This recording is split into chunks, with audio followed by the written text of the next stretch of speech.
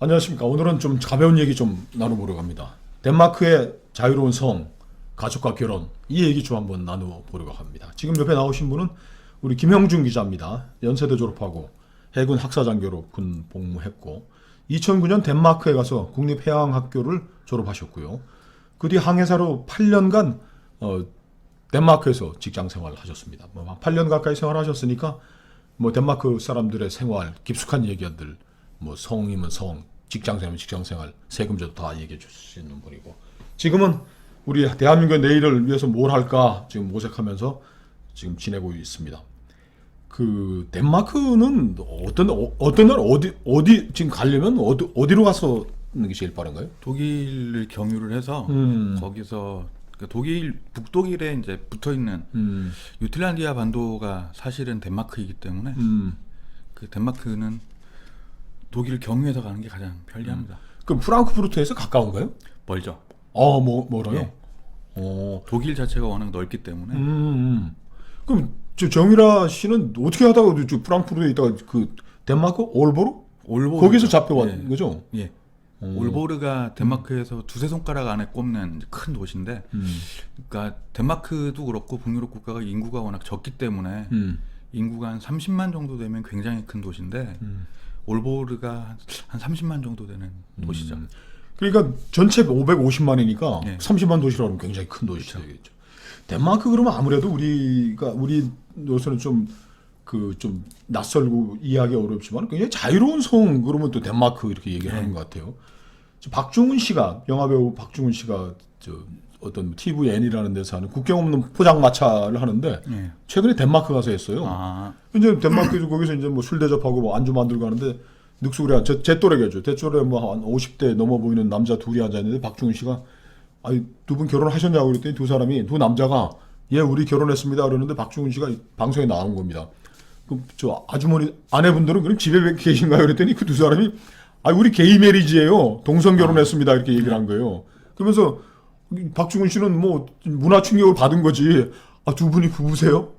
근데 언제부터 덴마크에서는 이 동성 결혼을 했으면 했는데 동성 결혼은 언제부터 허용이 된 겁니까? 동성 결혼은 한 2번 정도 시도가 있었는데 동거에 대해서는 큰 법적인 제약이 없었고 이성 동거랑 대등하게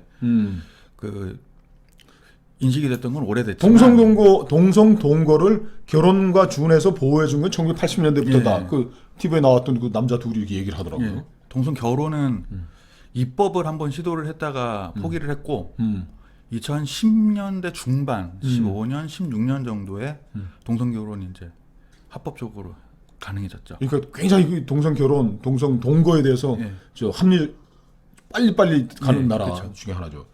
그럼 이제 국립해양학교에서 이제 공부하면서 그 같은 또래 20대 덴마크 젊은이들과 했을 때 그쪽의 성은 어떤가요? 그 젊은이들의 성은?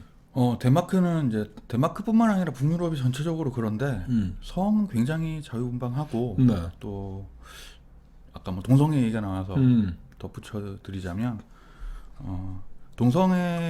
한국에서도 동성애 축제 가지고 해마다 이제 말이 많고 서울 저 광장 쓰느냐 못 쓰느냐 가지고 이제 싸우고 그러는 거죠. 그런데 덴마크는 이제 코펜하겐 프라이드라 그래가지고 1년에 한 번 정도 코펜하겐 시에서 이제 하는 시내에서 하는 퍼레이드부터 이런 것들이 있는데 그때는 그 동성애를 상징하는 6개의 색깔로 된 그 무지개가 있습니다. 그걸로 기차도 전철도 데카를 새로 씌운다든지 할 정도로 시 당국에서 예. 그리고 그거를 주한 덴마크 대사관에서도 홍보를 했었습니다 몇 차례. 그리고 지금은 이제 코펜하겐 시장이 한 2년 전에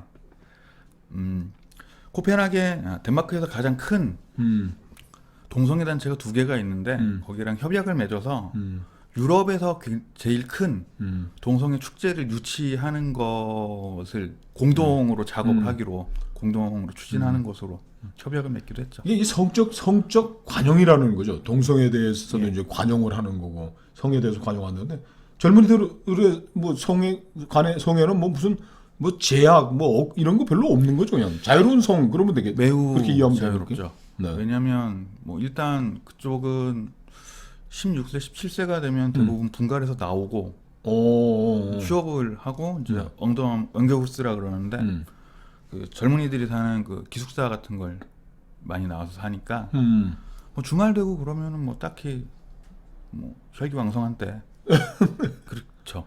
그럼 우리는 지금 뭐 학교 뭐 중고등학교 뭐 성교육하고 그러면서 뭐 콘돔을 보여주느니 안 보여주느니 이런 거 가지고서 뭐 논란이 있는 정도인데 거기 그 젊은 여성들은 피임 이런 건 어떻게 하면? 그 제일 이제 사생활이고 큰 걱정이 갈 텐데.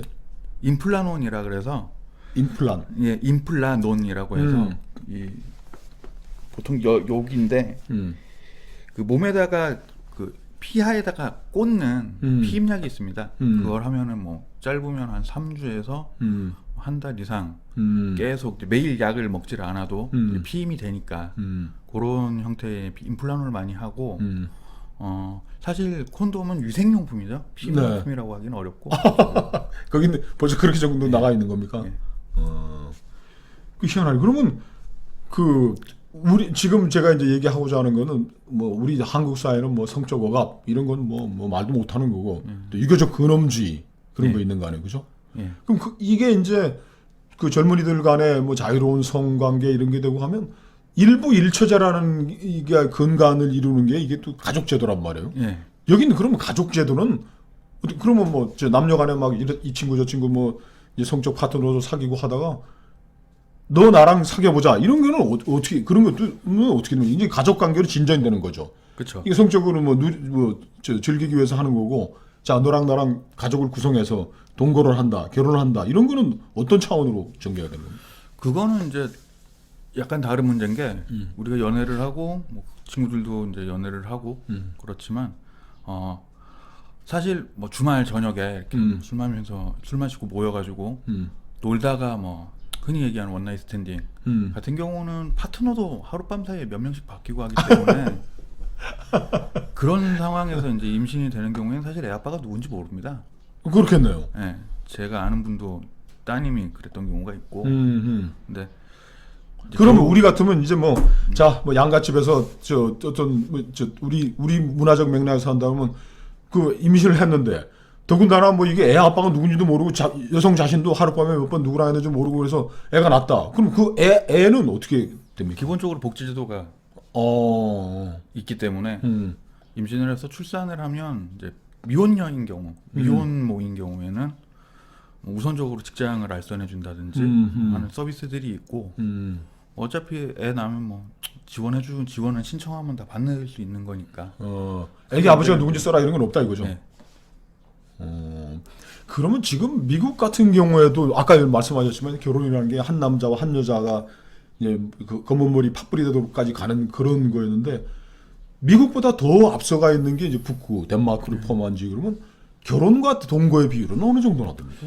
결혼과 동거의 비율은 결혼이랑 동거를 굳이 구별하는 의미가 있나 할 정도이고 사실 출산율 우리도 이제 출산율 가지고 굉장히 말이 많은데 출산율은 지금은 한국보다 북유럽이 좀 더 높을 겁니다. 왜냐하면 지금 이제 한 1.8명 정도 되는데 한국이 1명이 안 되거든요. 근데 금년 초에 덴마크가 아니라 이제 노르웨이 얘긴데 노르웨이 총리가 여자분이에요. 여자분인데 50 이제 넘은 여자분인데 이 양반이 금년 신년사를 할 때 애를 낳아라. 신년사에서 그런 얘기를 했습니다. 그러니까 이게 이제 우리 노르웨이의 복지제도를 유지하기에 충분한 인구가 부양할 수 있는 인구가 유지가 안 될 것 같다면서 뭐 그 양반 표현을 그대로 이제 옮기면 신년사 때 이제 농담 반처럼 했던 얘기인데 특별히 방법을 설명할 필요는 못 느끼지만 애를 좀 낳았으면 좋겠다는 얘기를 했어요. 그러니까 우리는 이제 가족 제도가 있으면은 그 가족의 틀 안에서 애를 많이 낳을 것 같고 이 동거제도 되고 뭐 이렇게 막 동성애가 막 이렇게 되고 그러면은 이게 좀 줄어들지 않을까 하는데 뭐 그건 뭐 우리와 그쪽을 또 뭐 평면을 놓고 비교할 수 없지만 가족제도, 동거, 결혼제도와 아이 출산율과는 별 관계 없는 것 같네요. 그러니까 북유럽은 일단 비혼 출산이 많고요. 덴마크는 상대적으로 비혼 출산율이 낮습니다. 그러니까 결혼을 하지 않고 동거 상태의 경우에 형태의 출산율이 좀 낮은 편이고요. 이제 전체적인 합계 출산율, 애를 낳는 비율은 뭐 대동소이한데 이제는 확실히 한국보다 높죠 전체적으로. 그 여가부 장관 진선미 장관이 그 지금 뭐 그분은 또 희한하더라고요. 우리 한국 사회에서는 좀 용인이 잘하는 테지만 동거를 뭐 10여 년 했다고 남편하고 예. 뭐 혼인 신고 안 하고 사는 게 뭐 그러면서 이제 비혼 우리나라 같은 경우에는 그 비혼 여성에 대한 보호가 약하기 때문에 애를 안 낳는 거 아니냐 이걸 뭐 늘려야 된다라고 최근에 뭐 막 얘기를 많이 하시던데 북구에서 보면은 그 좀 답을 찾을 수가 있겠네 덴마크 같은데. 예, 저는 비혼 출산에 대한 지원이 이제 미혼모뿐 아니라 사실 한국도 미혼부가 상당히 많습니다.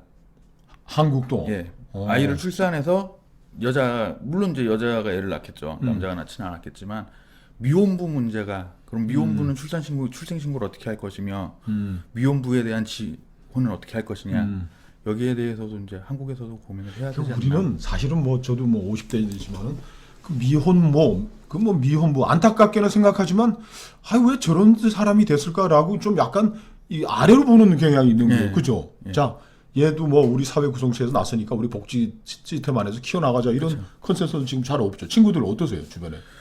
미혼모 그러면 아유 딱하다 뭐 제 주변에는 이제 불행하다 뭐 그거에 딱 이제 주원 글씨를 붙이는 거 아니에요, 그죠? 우리 그쵸. 감정적으로 저희 몸을 뭐 이렇게 함부로. 생활이 이렇게 좀 불건전했던 거 아니냐 그런 판단들은 혹 이제 그런 색안경 이런 것들도 있고 한데 저도 그렇고 이제 제 또래들을 보면 제 또래가 딱 이제 여자들 기준으로 하면 그 경계선에 있는 세대인데 제가 20대 후반이었을 시절 그러니까 2008년경이죠. 그때만 해도 여자 나이 29 넘으면은 이제 결혼을 노처녀라 그랬거든요. 앞자리가 바뀌면 끝난다 그랬었는데 지금은 뭐 이게 한 해 한 해 늦어지더니 지금은 제 또래 여자애들 중에도 이제 결혼 안 한 친구들이 제 주변에도 꽤 되고 하기 때문에 그리고 결혼을 안 하는 것과 결혼을 안 한다고 애를 못 낳는 건 아니거든요. 아 그러니까 이제 여러 가지 우리가 저출산 극복 방안들을 얘기하면서 하는데 우리 한국 같은 문화에서 야 아까 우리 김 기자님 말씀하신 대로 야 너 결혼은 안 했지만 애는 낳을 수 있는 거 아니야? 이거 그 여자한테 어마어마한 짐을 그렇죠. 얹어주는 거예요. 지금 제 주변에도 뭐 결혼한 30대가 있다고 하는데 막말이죠. 정말. 당신 지금 막말하냐고 제 멱살 잡을 것 같은데. 네.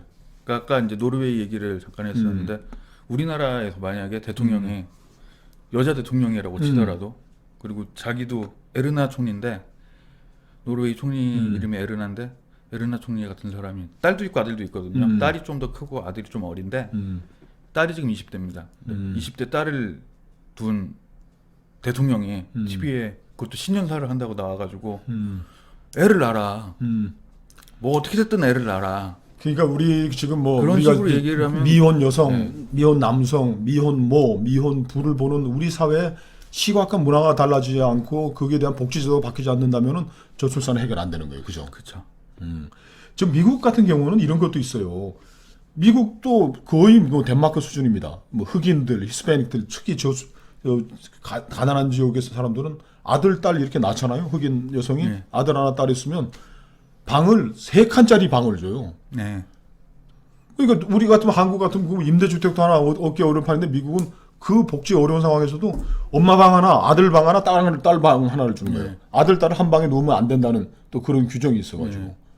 그러니까 우리 지금 굉장히 우리가 뭐 도덕적으로 단단하다 뭐 이런 것들을 문화는 상대주의적으로 봐야지 자유로운 성과 뭐 이거를 우리가 억압하는 이 도덕적인 이 문화적인 틀을 유지하는 한 우리가 갖고 있는 가장 큰 저출산 고령화의 문제를 해결하기는 어렵다는 좀 생각이 힘들 거예요. 작년 말 기준으로 드디어 한국이 1.0 이하로 1.0 이하로 내려갔거든요. 근데 덴마크가 신문 기사에서는 어떤 표현을 쓰냐면 더 이상 셋째를 낳지 않는 나라가 됐다고 하고 우리는 지금 둘째를 낳는다. 네, 더 이상 셋째를 낳지 않는 나라가 됐다 그러고 이제 통계적으로는 북유럽 노르웨이나 이쪽은 이제 한 1.8명 정도 되죠. 그러니까 그러면 그 나라에서는 미혼모나 미혼부 이런 거에 대한 어떤 뭐 약간 뭐 그런 싸한 반응 이런 거는 없다고 봐야 되나요? 네. 왜냐면 그건 좀 약간 다른 문화인데 이게 사생활의 부분이기 때문에 애를 이제 제가 이를테면 애를 하나 유모차에 태우고 길에 나갔다 그러면은 애 엄마는 어디 있어요? 뭐 이런 거를 저한테 물어보진 않을 거거든요. 그 동네에서는 아예 그런 차이가 있죠. 네, 하여간 다른 나라입니다. 우리가 앞으로 황태준 TV가 정말 저 멀리 있는 나라들, 발전한 나라들, 복지국가들 이야기도 한번 계속 한번 전해드릴 겁니다. 다음번에는 저 덴마크의 복지제도 사람들이 제일 관심 많을 텐데 복지 제도에 대해서 이야기를 나눠보도록 하겠습니다. 감사합니다.